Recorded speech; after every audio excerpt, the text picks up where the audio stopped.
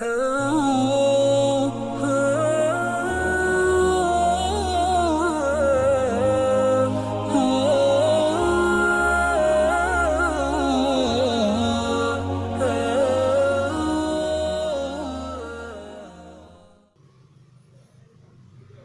അലൈക്കും വറഹ്മത്തുള്ളാഹി വബറകാതുഹു. ബിസ്മില്ലാ വൽഹംദുലില്ലാ. ഗുഡ്നസ് പാത്ത് നന്മയുടെ പാത യൂട്യൂബ് ചാനലിലേക്ക് ഏവർക്കും സ്വാഗതം. നമ്മുടെ മക്കളെ എങ്ങനെ നല്ലവരാക്കി വളർത്താം എന്നതിനെക്കുറിച്ചുള്ള ചെറിയൊരു വിവരങ്ങളാണ് ഇന്ന് നാം പങ്കുവെക്കുന്നത്.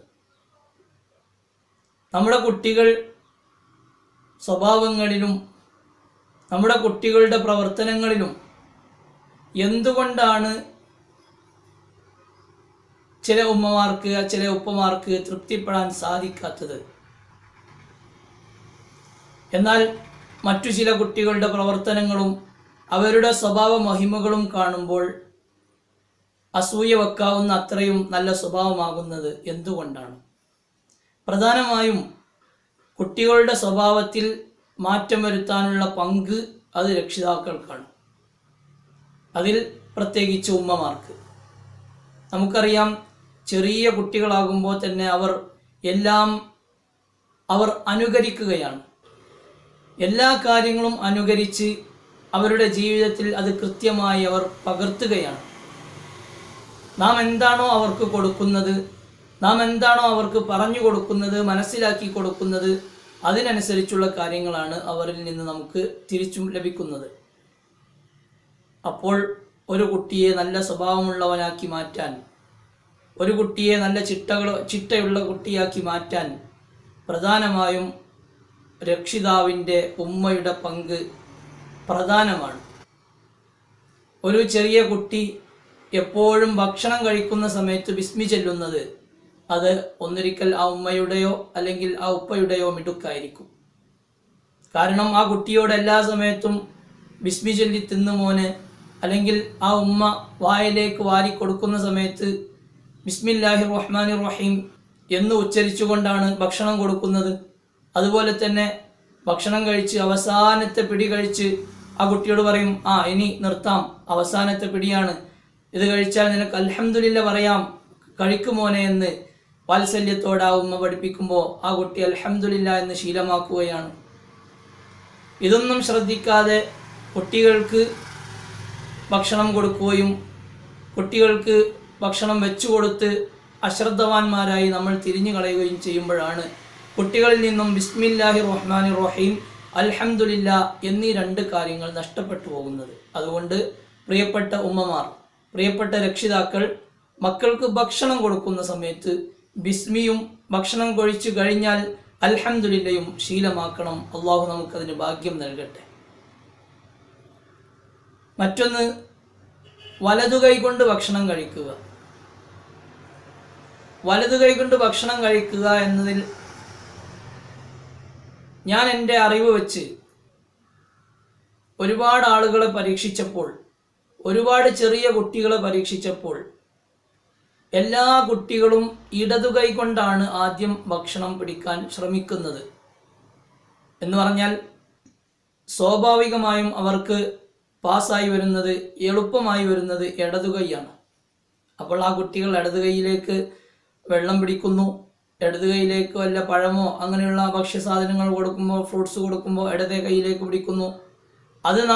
അത് വാങ്ങി വലതു കൈയിലേക്ക് വെച്ച് കൊടുക്കുന്ന സമയത്ത് വളരെയധികം പ്രയാസത്തോടു കൂടെ, നിങ്ങൾക്ക് വേണമെങ്കിൽ പരീക്ഷിച്ചു നോക്കാം, ചെറിയ കുട്ടി ഇടത് കൈ കൊണ്ട് ഒരു ഫ്രൂട്ട്സ് പിടിക്കുന്ന അത്ര എളുപ്പത്തിലായിരിക്കില്ല വലത് കൈ കൊണ്ട് പിടിക്കുക.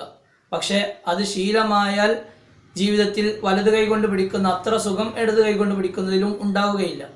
അതുകൊണ്ട് തന്നെ ആ ഇടത് കൈയിലുള്ള സാധനം നാം വാങ്ങി വലത് കൈയിലേക്ക് പ്രയാസങ്ങൾ ഏൽപ്പിക്കാതെ നല്ല തമാശകളിലൂടെ, രസത്തിലൂടെ ആ കുട്ടിയെ വലതു കൈയിലേക്ക് മെല്ലെ വെച്ചു കൊടുക്കുക. ആ കുട്ടി ശ്രദ്ധിക്കാതെ നാം ആ കുട്ടിയുടെ ഇടത് കൈയിനെ പിടിച്ചു വച്ചാൽ ആ കുട്ടി ജീവിതത്തിൽ വലത് കൈ ശീലമാക്കി തുടങ്ങും. അതുപോലെ തന്നെയാണ് ഇരുന്ന് ഭക്ഷണം കഴിക്കുക. ഇന്ന് നമുക്കറിയാം പല അസുഖങ്ങളും വരുന്നുണ്ട്. റസൂലുള്ളാഹി സ്വല്ലല്ലാഹു അലൈഹി വസല്ലം തങ്ങൾ പറഞ്ഞിട്ടുണ്ട്, ആരെങ്കിലും നിന്ന് കഴിച്ചാൽ, ആരെങ്കിലും നിന്ന് വെള്ളം കുടിച്ചാൽ മാറാ രോഗങ്ങൾ കൊണ്ട് പരീക്ഷിക്കപ്പെടുന്നുവെന്ന്. അള്ളാഹു നമ്മെ കാത്തുരക്ഷിക്കട്ടെ. അതുകൊണ്ട് മുതിർന്നവരും ചെറിയവരും എല്ലാവരും ശ്രദ്ധിക്കേണ്ട ഒരു കാര്യമാണ്, വലതു കൈകൊണ്ട് ഭക്ഷണം കഴിക്കുന്നതോടൊപ്പം വെള്ളം കുടിക്കുന്നത് മുഴുവൻ ഇരുന്നു കൊണ്ടാവണം. നമ്മുടെ പരിപാടികളിലും, നമ്മുടെ കല്യാണ പരിപാടികൾ, മറ്റു സൽക്കാരങ്ങൾ, പല പ്രോഗ്രാമുകളിലും എല്ലാം വളരെ വൃത്തിയായി നാം ചെയ്ത് ഭക്ഷണങ്ങളെല്ലാം വിളമ്പിക്കൊടുത്ത് വെള്ളമെല്ലാം കൊടുത്ത് അവസാനം ചെറിയ ഒരു ഗ്ലാസ്സിൽ നമ്മളൊരു സാധനം കൊടുക്കും. കാവ എന്ന് പറയും ചില സ്ഥലത്ത്, അല്ലെങ്കിൽ ചുക്ക് കാപ്പി എന്ന് പറയും, അല്ലെങ്കിൽ അതുപോലത്തെ ചെറിയ ഒരു ലായനി, ഒരു വെള്ളം, ചെറിയ ഗ്ലാസ്സിലുള്ള വെള്ളം, അതെല്ലാവരും നിന്നാണ് കുടിക്കാറുള്ളത്. ആ ശീലം ഒന്നെങ്കിൽ ആ വെള്ളം അവിടെ നിന്ന് മാറ്റുക, അതല്ലെങ്കിൽ അവിടെ തന്നെ ഇരിക്കാനുള്ള സൗകര്യങ്ങൾ വെച്ചു കൊടുത്ത് നാം നമ്മുടെ സുന്നത്തിനെ ചിട്ടപ്പെടുത്തുന്നവരാകാൻ ശ്രമിക്കണം. അതുപോലെ തന്നെ ഈ കുട്ടികളിലും ഈ ശീലം നാം വളർത്തിയെടുക്കേണ്ടതുണ്ട്. എല്ലാ കാര്യത്തിലും വലതിനെ മുന്തിക്കാൻ നാം കുട്ടികൾക്ക് പറഞ്ഞു കൊടുത്താൽ സ്വാഭാവികമായും അവർ വലതിലേക്ക് വരും. നമുക്കറിയാം, പാൻറ് ധരിക്കുമ്പോൾ ജസ്റ്റ് നമ്മൾ ആ ഒരു ചെറിയ കാര്യം ശ്രദ്ധിച്ചാൽ ആ കുട്ടിയോട് ബിസ്മില്ലാഹിർ റഹ്മാനിർ റഹീം എന്ന് പറഞ്ഞ് വലതുകാൽ പാൻറ്റിൻ്റെ ഫസ്റ്റ് ഇടുന്ന സമയത്ത് വലതുകാൽ ഇടുക, അല്ലെങ്കിൽ നിക്കർ ഇടുന്ന സമയത്ത് വലതുകാലിട്ട് ശീലിപ്പിക്കുക. അതുപോലെ തന്നെ ഷർട്ട് ഇടുന്ന സമയത്ത് വലത്തെ കൈ ആദ്യം ധരിപ്പിക്കുക. അങ്ങനെയുള്ള കാര്യങ്ങളൊക്കെ നാം ശ്രദ്ധിച്ചാൽ അത് നമ്മുടെ മക്കൾ നന്നാവാനുള്ള വലിയ ഒരു കാരണമായി തീരും. നമ്മുടെ മക്കളുടെ സ്വഭാവം എങ്ങനെ നന്നാക്കാം? നമ്മളുടെ മക്കൾ ക്രൂരമായ സ്വഭാവങ്ങളിലേക്ക് എത്താറുണ്ട്, പലരുടെയും മക്കൾ. അതിൻ്റെ കാരണം, ചെറിയ കുട്ടികൾ ഒരു ഡോറിൻ്റെ അടുക്കലൂടെ പോകുന്ന സമയത്ത് ആ ഡോറിൽ ചിലപ്പോൾ തലമുട്ടുന്നു, അല്ലെങ്കിൽ കാലതിൽ തടയുന്നു.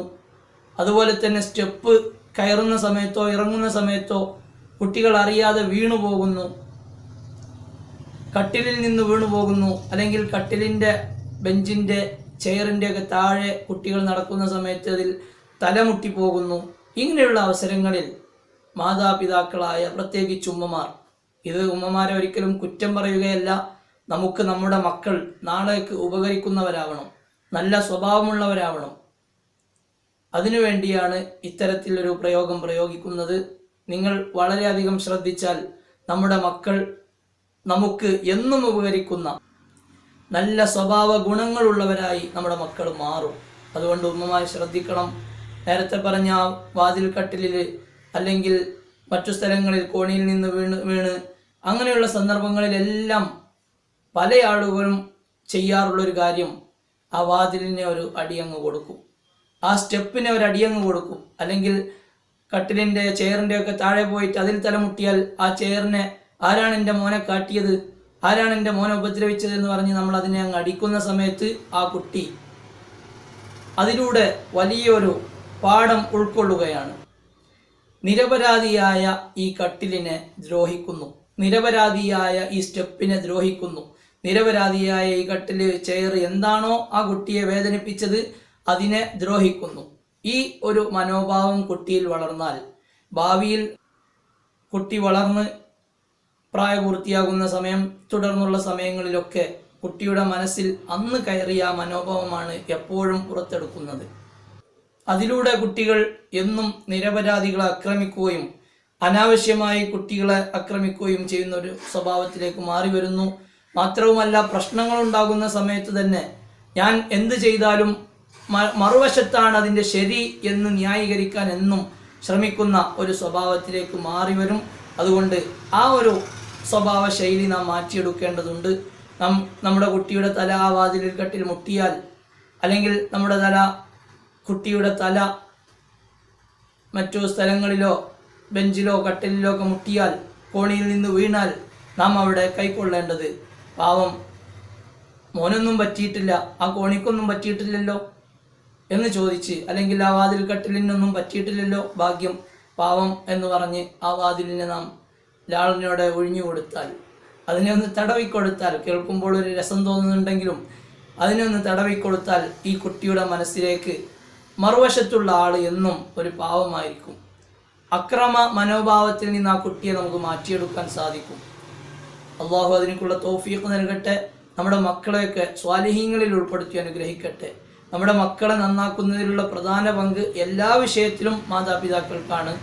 അത് ഏത് വിഷയം എടുത്തു നോക്കിയാലും ഉമ്മയിൽ നിന്നും ഉപ്പയിൽ നിന്നുമാണ് നന്മകൾ പഠിക്കേണ്ടത്. നമ്മുടെ മക്കൾ പൂമ്പാറ്റകളാണ്. അവർ നന്മയുടെ മരങ്ങളായി ഉയരട്ടെ. അസ്സലാമു അലൈക്കും വറഹ്മത്തുള്ളാഹി വബറകാതുഹു.